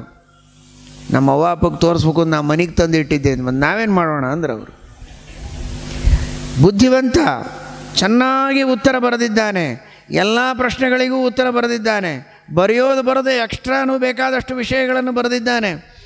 ಅದನ್ನೇನಾದರೂ ಕೊಟ್ಟಿದ್ದರೆ ಫಸ್ಟ್ ರ್ಯಾಂಕ್ ಬರ್ತಿದ್ದ ಅವನು. ಆದರೆ ಮಹಾನುಭಾವ ಅಲ್ಲಿ ಕೊಟ್ಟೇ ಇಲ್ಲ, ಮನೆಗೆ ತೊಗೊಂಬಂದಿದ್ದಾನೆ ಪೇಪರ್ಸ್ ಎಲ್ಲ. ನಮ್ಮ ಹಣೆ ಬರಹ ಹಾಗಾಗ್ತದೆ. ಮಾಡೋ ಕರ್ಮಗಳನ್ನೆಲ್ಲ ಮಾಡಿ ದೇವರಿಗೆ ಸಮರ್ಪಣೆ ಮಾಡದೆ ಅದನ್ನು ನಾನು ನನ್ನದು ಅಂತ ನಮ್ಮ ಹತ್ರನೇ ಇಟ್ಕೊಂಡ್ರೆ, ಅಹಂಕಾರ ಪಡೋದು ಅಂದರೆ ನಮ್ಮ ಹತ್ರ ಇಟ್ಕೊಂಡ ಹಾಗೆ ಫಲ ಹೇಗೆ ಸಿಗಬೇಕು ಅದಕ್ಕೆ? ಹಾಗಾದರೆ ಫಲ ಸಿಗಬೇಕು ಅಂತಾದರೆ ಕಾಯೇನ ವಾಚ ಮನಸಾ ಇಂದ್ರಿಯ ಇರುವ ಬುದ್ಧ್ಯಾತ್ಮನಾವ ಅನುಸೃತ ಸ್ವಭಾವಂ ಕರೋತಿ ಯದ್ಯತ್ ಸಕಲಂ ಪರಸ್ಮೈ ನಾರಾಯಣಾಯೇತಿ ಸಮರ್ಪಯೇತ್ತತ್. ಸಮರ್ಪಣೆ ಮಾಡಲೇಬೇಕು. ಆ ಕರ್ಮ ಸುಭದ್ರವಾಗಿರುತ್ತೆ. ಬ್ಯಾಂಕು ಈ ಜನ್ಮಕ್ಕೆ ಮಾತ್ರ ಕೊಡ್ತದೆ. ಹೋಗ್ರಿ ಒಂದು ಬ್ಯಾಂಕಿಗೆ ಹೇಳ್ರಿ, ಹೋದ ಜನ್ಮದೊಳಗೆ ಇದೇ ಬ್ಯಾಂಕ್ ಒಳಗೆ ಒಂದು 20 ಕೋಟಿ ಇಟ್ಟಿದ್ದೆ ಕೊಡ್ರಿ ಅಂತ ಹೇಳಿದರೆ ಅಟೆಂಡರ್ ಕಡೆಯಿಂದ ಒಂದು ಕೋಲ್ ತರಿಸಿ ಒಂದು 4 ಬೆನ್ನ ಮೇಲೆ ಬಾರಿಸಿ ಕಳಿಸ್ತಾರಷ್ಟೇ. ಏನು ಹೋದ ಜನ್ಮ ಮಾತಾಡ್ತೀವಿ, ಹೋಗಾಚೆ ಅಂತಾರೆ. ಯಾರೂ ಕೇಳೋದಿಲ್ಲ. ಆದರೆ ಇಲ್ಲಿ ಹಾಗಲ್ಲ. 1 ಜನ್ಮ ಅಲ್ಲ, 2 ಜನ್ಮ ಅಲ್ಲ, 3 ಅಲ್ಲ, 4 ಅಲ್ಲ, 7 ಅಲ್ಲ, 10 ಅಲ್ಲ, 100 ಅಲ್ಲ, 1000 ಅಲ್ಲ. ಅನಾದಿ ಕಾಲದಿಂದ ಮಾಡಿದಂತಹ ಕರ್ಮಗಳು ಫಲ ಸಿಗೋವರೆಗೆ ಸುಭದ್ರವಾಗಿ ದೇವರ ಬ್ಯಾಂಕಿನೊಳಗಿರುತ್ತೆ. ಫಲ ಕೊಟ್ಟೇ ಹೋಗೋದು, ಫಲ ಕೊಡದೆ ಹೋಗೋದಿಲ್ಲ. ಬೇಡ ಈ ಕರ್ಮಗಳ ಫಲ ನನಗೆ, ನಾನು ಮೋಕ್ಷಕ್ಕೆ ಹೋಗಬೇಕು ಅಂತಂದರೆ ನೀವು ಬೇಡ ಅಂದರೆ ಬಿಡಿ ಅಂತಾನೆ. ಆದರೆ ಅವ್ಯವಸ್ಥೆ ಆಯಿತು, ನಿನ್ನ ಹೆಸರೊಳಗಿದ್ದದ್ದು ಎಲ್ಲಿಯೋ ಹೋಯಿತು, ಕಳೆದು ಹೋಯಿತು, ಇನ್ಯಾರೋ ಕದ್ದುಕೊಂಡು ಹೋದರು, ಅದೆಲ್ಲ ಆಗೋದಿಲ್ಲ. ನೀನೇ ಬೇಡ ಅಂದರೆ ಇನ್ನೊಬ್ಬರಿಗೆ ಕೊಡ್ಬೋದು. ಈ ವ್ಯವಸ್ಥೆಯನ್ನು ದೇವರ ಬ್ಯಾಂಕಿನೊಳಗೆ ನಾವು ಕಾಣಬಹುದು ಅನ್ನೋದಕ್ಕೆ ದೇವರಿಗೆ ಸಮರ್ಪಣೆ ಮಾಡಿ. ನಾವು ಸಮರ್ಪಣೆ ಮಾಡದೇ ಇದ್ದರೆ ಕಳ್ಳರಾಗ್ತೇವೆ, ಕೃತಜ್ಞರಾಗ್ತೇವೆ. ಆ ಕಳ್ಳತನದ ಪಾಪಕ್ಕೆ ಈ ಸಂಸಾರದ ಬಂಧನದಲ್ಲಿಯೇ ಕೊಳೆಯಬೇಕಾಗತ್ತೆ ಎನ್ನುವುದು ಒಂದಾದರೆ, ಸಮರ್ಪಣೆ ಮಾಡೋದರಿಂದ ಸಂಸಾರದಿಂದ ಮೋಚನೆಯಾಗತ್ತೆ. ಇಹಲೋಕದಲ್ಲಿಯೂ ನಮಗೆ ಲಾಭ ಇದೆ. ನಾವು ಮಾಡಿದಂತಹ ಪುಣ್ಯ ಕಾಲಕಾಲಕ್ಕೆ ನಮಗೆ ಒದಗಿಸುವ ವ್ಯವಸ್ಥೆಯನ್ನು ಮಾಡೋದು ದೇವರು. ಅವನನ್ನು ಬಿಟ್ಟರೆ ಇನ್ನೊಬ್ಬರು ಮಾಡೋರು ಇಲ್ಲ. ಆದರೆ ಅವನಿಗೆ ನಾವು ಒಪ್ಸೋದಿಲ್ಲ ಅಂದರೆ ಅದಕ್ಕಿಂತ ದಡ್ಡತನ ಇನ್ನೇನು? ಅದಕ್ಕಾಗಿ ಭಗವಂತನಿಗೆ ಸಮರ್ಪಣೆ ಮಾಡಬೇಕು. ಆ ಪರಮಾತ್ಮ ವಾಯುದೇವರ ದ್ವಾರ ನಮಗೆ ಆ ಫಲಗಳನ್ನು ಕೊಡಿಸ್ತಾನೆ ಎಂಬುದಾಗಿ ತಿಳಿಸಿಕೊಟ್ಟಿದ್ದಾರೆ. ಅವರವರು ಮಾಡಿದ ಕರ್ಮದ ಫಲವನ್ನು ಅವರವರಿಗೇ ಕೊಡುವ ವ್ಯವಸ್ಥೆಯನ್ನು ವಾಯುದೇವರು ಮಾಡುತ್ತಾರೆ ದೇವರ ಆಜ್ಞೆಯಿಂದ. ಹನುಮಂತ ದೇವರ ಕಥೆಯನ್ನು ಕೇಳ್ತಿರಲ್ಲ, ಕಪಿಗಳೆಲ್ಲ ಮೂರ್ಛಿತರಾದಾಗ ಅವರೆಲ್ಲರನ್ನ ಎಬ್ಬಿಸುವುದಕ್ಕೆ ಗಂಧಮಾದನ ಪರ್ವತವನ್ನು ತೆಗೆದುಕೊಂಡು ಬರ್ತಾರೆ. ಸಂಜೀವಿನಿ ಮೊದಲಾದ ಔಷಧಿಗಳಿಂದ ಕೂಡಿದ ಗಂಧಮಾದನ ಪರ್ವತವನ್ನು ಹೀಗೆ ತಂದರೆ ಅದರ ಗಾಳಿ ಬಡದದ್ದಕ್ಕೇನೆ ಅವರೆಲ್ಲ ಎದ್ದು ಕೂಡ್ತಾರೆ. ಕಪಿಗಳು ಕೆಲಸ ಮುಗಿಯಿತು, ಮತ್ತೆ ತಿರುಗಿ ಒಯ್ದಿಡಬೇಕು. ತರೋ ಮುಂದೇನೋ ಹೋಗಿ ತೊಗೊಂಡು ಬಂದರು, ತಿರುಗಿ ಮತ್ತೆ ಅಷ್ಟು ದೂರ ಹೋಗಿ ಎಲ್ಲಿಡೋದು ಅಂತ ಇಲ್ಲಿಂದನೇ ಎಸೆದರು. ಇದು ದಕ್ಷಿಣದ ತುದಿ ಲಂಕಾಯಲ್ಲಿ, ಅದು ಹಿಮಾಚಲದ ಆಚೆಗೆ ಇರುವಂತಹ ಗಂಧಮಾದನ ಪರ್ವತೆಯಲ್ಲಿ ದಕ್ಷಿಣದ ತುದಿಯಲ್ಲಿ ನಿಂತು ಎಸೆದರೆ 50,000 ಯೋಜನ ದಾಟಿ ಆ ಪರ್ವತ ಹಾರಿ ಬಂದು ಮೊದಲೆಲ್ಲಿತ್ತೋ ಅಲ್ಲೇ ಕುಳಿತದೆ. ಮೊದಲೆಲ್ಲಿತ್ತೋ ಅಲ್ಲೇ ಕುಳಿತದೆ ಅಂದರೆ ಯಾವ ಗಿಡ ಕಡಿದುಕೊಂಡು ಅರ್ಧ ಆಗಿ ಬಂದಿತ್ತೋ, ಯಾವ ಕಲ್ಲು ಸೀಳಿ ಅರ್ಧ ಕಿತ್ತಿಕೊಂಡು ಬಂದಿತ್ತೋ ಅದು ಅಲ್ಲಿಯೇ ಹೋಗಿ ಸರಿಯಾಗಿ ಕೂತದೆ. ಆ ಕಲ್ಲು, ಆ ಗಿಡ, ಆ ಕಟ್ಟಿಗೆ, ಆ ಮಣ್ಣು ಎಲ್ಲಿಂದ ಕಿತ್ತಿ ಎತ್ತಿತ್ತೋ ಮತ್ತೆ ಸರಿಯಾಗಿ ಅಲ್ಲೇ ಕೂತದೆ. ಅಂತೂ ಇದನ್ನು ಕಿತ್ಕೊಂಡು ಯಾರೋ ಹೋಗಿದ್ರೆ ಕಾಣಿಸ್ತದೆ, ಮತ್ತಂದು ಕೂಡಿಸ್ಯಾರ ಅಂತನ್ನೋ ಗುರುತೂ ಸಿಕ್ಕಿಲ್ಲಂತೆ. ನಷ್ಟಚ್ಛೇದಾಂಕ ಪ್ರಾಗಿವಾಭೂತ್ ಕಪಿವರ ವಪುಷಸ್ತೆ ನಮಃ ಕೌಶಲಾಯ. ಇದು ಸಾಂಕೇತಿಕ ಕಥೆ, ಅಂದರೆ ನಡೆಯದ ಕಥೆ ಅಂತ ಅರ್ಥ ಅಲ್ಲ, ನಿಜವಾಗಿ ನಡೆದದ್ದೇ. ಆದರೆ ಇದೊಂದು ಸಾಂಕೇತಿಕ. ಏನಿದು? ಯಾವ ಕಲ್ಲು, ಯಾವ ಗಿಡ, ಯಾವ ಮಣ್ಣು, ಯಾವ ಎಲೆ ಎಲ್ಲಿ ಅರ್ಧ ಹರಿದು ಬಂದಿತ್ತೋ ಅದು ಮತ್ತೆ ಅಲ್ಲಿಯೇ ಕೂಡೋ ಹಾಗೆ ವಾಯುದೇವರು ಎಸೆದಿದ್ದಾರೆ. ಇದರರ್ಥ ಅನಂತ ಜೀವರಾಶಿಗಳು ಕರ್ಮಗಳನ್ನು ಮಾಡಿದ್ದರೂ ಕೂಡ ಯಾವ ಜೀವ ಯಾವ ಕರ್ಮವನ್ನು ಮಾಡಿರ್ತಾನೋ ಅದೇ ಜೀವನಿಗೆ ಅದೇ ಕರ್ಮದ ಫಲವನ್ನು ಒಬ್ಬರೇ ವಾಯುದೇವರು ಕೊಡುವುದಕ್ಕೆ ಸಮರ್ಥರಾಗಿದ್ದಾರೆ. ಇವನು ಮಾಡಿದ ಕರ್ಮ ಅವನಿಗೆ, ಅವನು ಮಾಡಿದ ಕರ್ಮ ಇವನಿಗೆ.